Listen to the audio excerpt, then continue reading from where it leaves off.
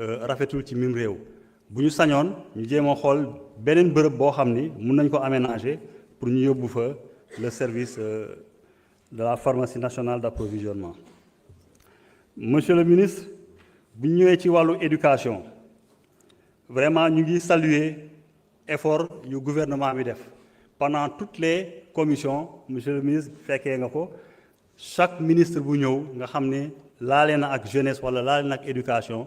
jooytu nañ fa pour la signature des 2 décrets alhamdulilah bi yàlla defee gouvernement bi signé na ñaari décret yooyu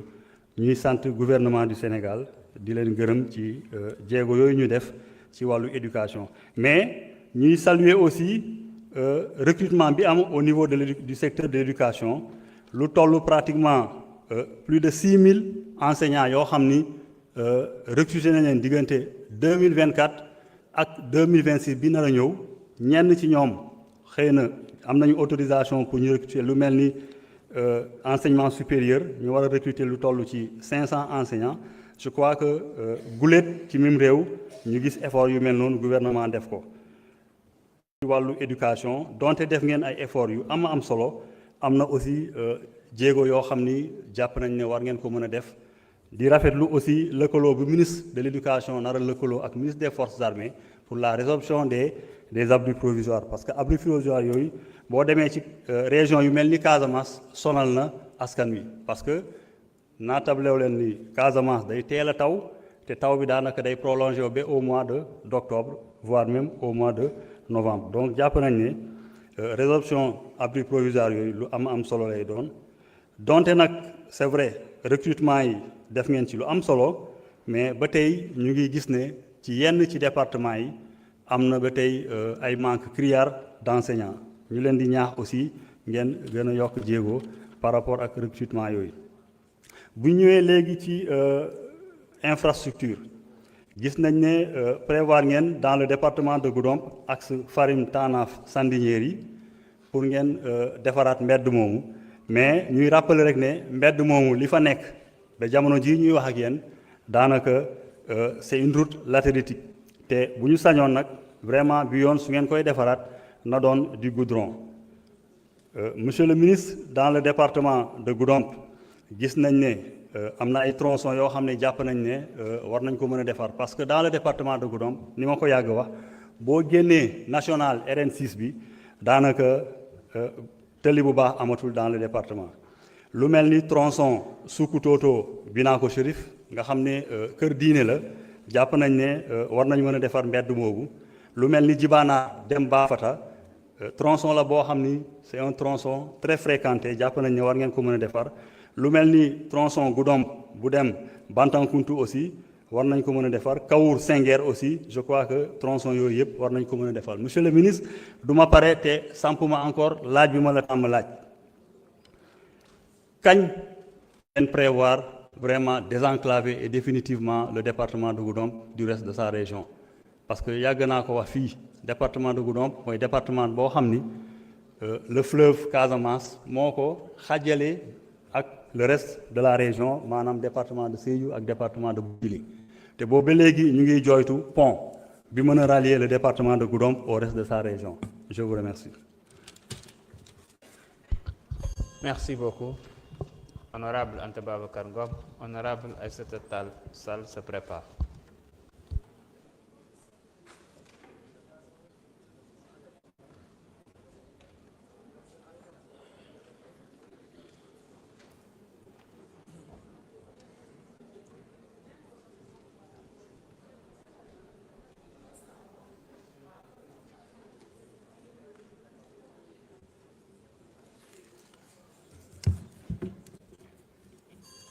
Monsieur le Président, Messieurs les ministres, Madame la Secrétaire d'État, Monsieur le ministre, je commence par vous remercier pour tous les efforts consentis, car on sait tous que les finances publiques sont le socle de notre stabilité, de notre crédibilité, voire même de notre dignité d'État. Et elles exigent de chacun d'entre nous responsabilité, rigueur et prévoyance. Les chiffres aujourd'hui confirment une situation d'une gravité exceptionnelle. Un déficit de 13,4% du PIB, une dette réévaluée qui passe de 74% à 119%, un besoin annuel de financement qui dépasse les 6 000 milliards, mais aggravé par des antériorités intérieures, un marché financier qui est saturé, une détérioration des finances extérieures et surtout la perte de crédibilité de nos partenaires liée à ce que vous appelez misreporting et que le Premier ministre appelle dette cachée. Il s'agit là d'une vraie crise de liquidité très sérieuse qui, si nous n'y trouvons pas des solutions très rapides, pourrait quand même nous mener droit vers la défaillance. Rebasing, Monsieur le ministre, un collègue posait la question tout à l'heure. Sans conteste, je pense que le passage de 2014 à 2021 comme nouvelle année de référence modifie de façon mécanique le PIB nominal, les ratios, que ce soit endettement, pression fiscale, déficit, modifie également l'appréciation de la souveraineté de notre pays, mais potentiellement pourrait également modifier la notation souveraine. Donc, on vous en félicite.